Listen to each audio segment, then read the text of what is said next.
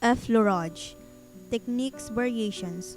One-handed raking. To use the raking technique, the fingers should be together or apart, moving in one direction.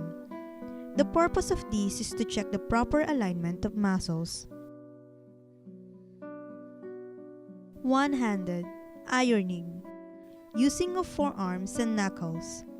A deep one-handed effleurage, often done with the forearm, knuckle, fist, or palm of the hand. The deeper the glide, the slower the move. This technique calms the nervous system when done slowly.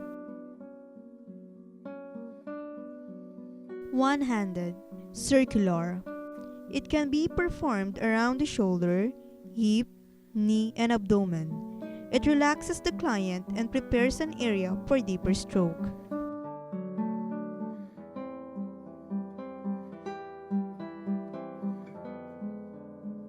Two-handed heart. Performed up and down for the back in a heart shape up the leg or up the arm. It increases blood and lymph circulation and relaxes the client.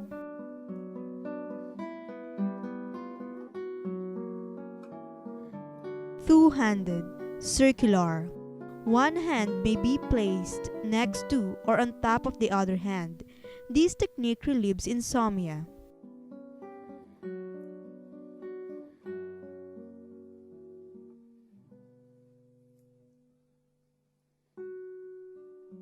Alternate hand raking.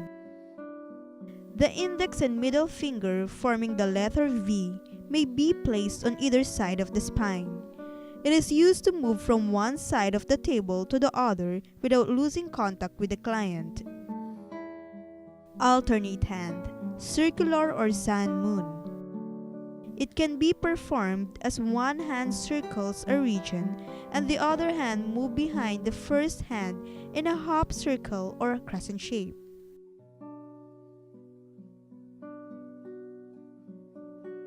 Nerve stroke. It is considered as light effleurage, feather light like finger tracing over the skin, used as a finishing stroke in massage therapy. It is typically done at the end of massaging a body segment and at the completion of the massage. Petrissage or kneading. Techniques variations. One-handed.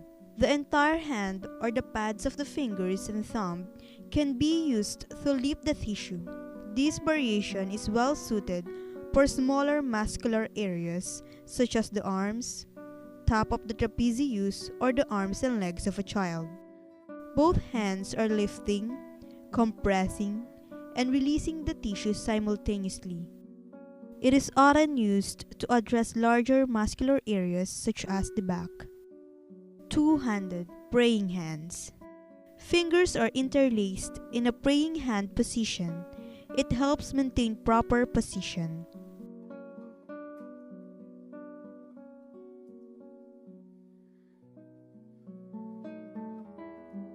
Two-handed ocean waves. Use a back and forth movement while the hand opposes each other, lifting the sides and pressing down while on top. It is typically applied across a larger muscular area or horizontally down the back.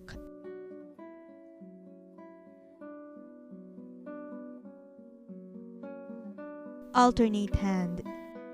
Lift the skin and underlying tissue with one hand and compress. Next is lightens the grip enough to allow the muscle tissue to be released while still remaining in contact with the skin. Repeat the first move with the opposite hand. Do not lose contact with the skin while switching hands. It is done to stimulate the nervous system and improve cellular nutrition.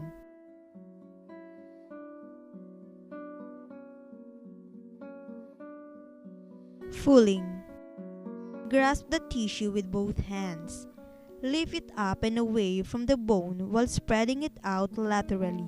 Repeat the movements until the tissues feel warm and elastic.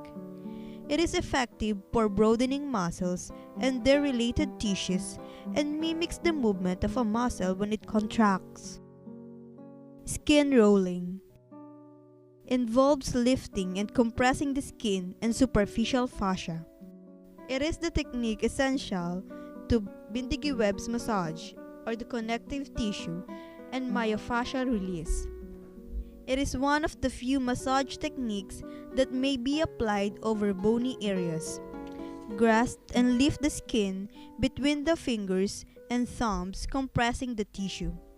Roll the skin as though you're rolling a pencil, using your fingers to scoop up the skin as you move across the area. Friction or rubbing. Techniques variations. Superficial warming. It is also known as heat rub. It generates heat by creating resistance to motion. Place both hands palm down on the client's skin. The fingers of each hand should be together firmly. Move the hands briskly and simultaneously in opposite directions. One hand moving towards you and the other hand moving away from you. Sub-variations. Sewing. Fingertips, knuckles, or ulnar surface of one or both hands may be used if the surface area treated is small. Compress the tissue firmly with open palms and extended fingers of both hands. It is best suited for the extremities. Rolling.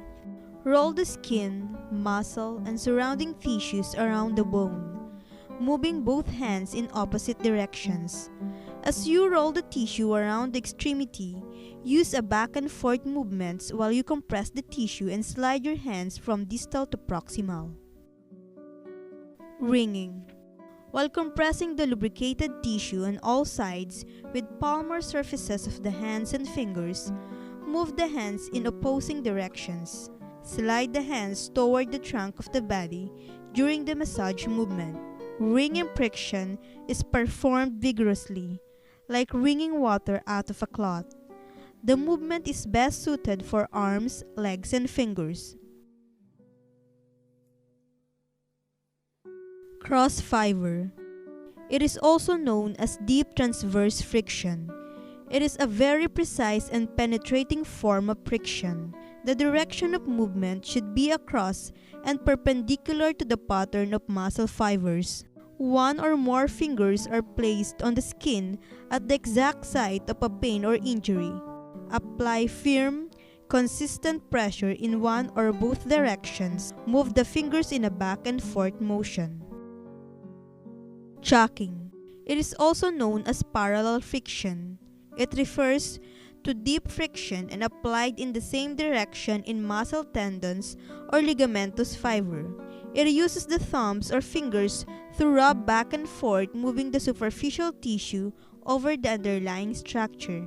It is usually performed one-handed, while the other hand is supporting the limb that is being massaged. This movement is often applied between bony areas. Circular friction. It uses a small circular movement that glides superficial tissue layer over underlying tissue layer in different direction using the fingers or palms of the hand, particularly useful around the joints and in bony areas. Tapotement or percussion. Techniques variation. Tapping. Punctuation. Using your fingertips of one or both hands, strike the body surface rapidly, but consistent delivery of pressure and speed. A hard version of tapping punctuation tapotement is excellent for the soles of the feet. Pulsing. It is performed one-handed, with an alternate deep and light tap. The deep tap is comparable to a full note, and the light tap is comparable to a half note. Raindrops. Commonly used on the face or scalp. Feels like light rain. Each fingertips of the hand strikes the skin lightly at a different time. Pincement, also known as plucking. Done the same as the skin rolling technique. The skin is grasped using a quickly delivered striking motion, lifted and released while the fingers of the opposite hand follow suit. Hacking, also known as karate chop, produces a slight vibratory action coupled with a percussive action. Hacking along muscle fibers with fingers parallel produces relaxation in muscles. It is applied across large muscles, with the fingers perpendicular, stimulates muscle spindle activity. Quacking. Place the palms of both hands together. The skin is struck using only the sides of the third, fourth, and fifth finger. The air moving out of the hands during the strike make a quacking sound. Cupping. Curve the palmar surface of the hand into a cup, as if holding water.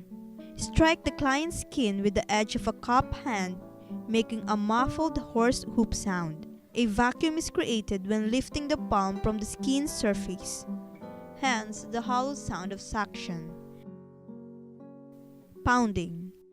It is performed with the sides of one or both loose fists contacting the skin alternately.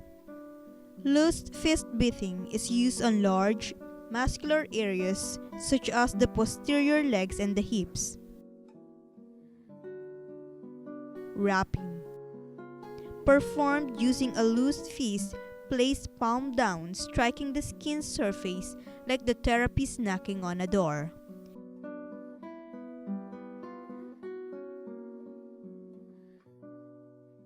Diffused. It is commonly used over the abdominal region. Drag the open hand across the skin as you move across the skin surface.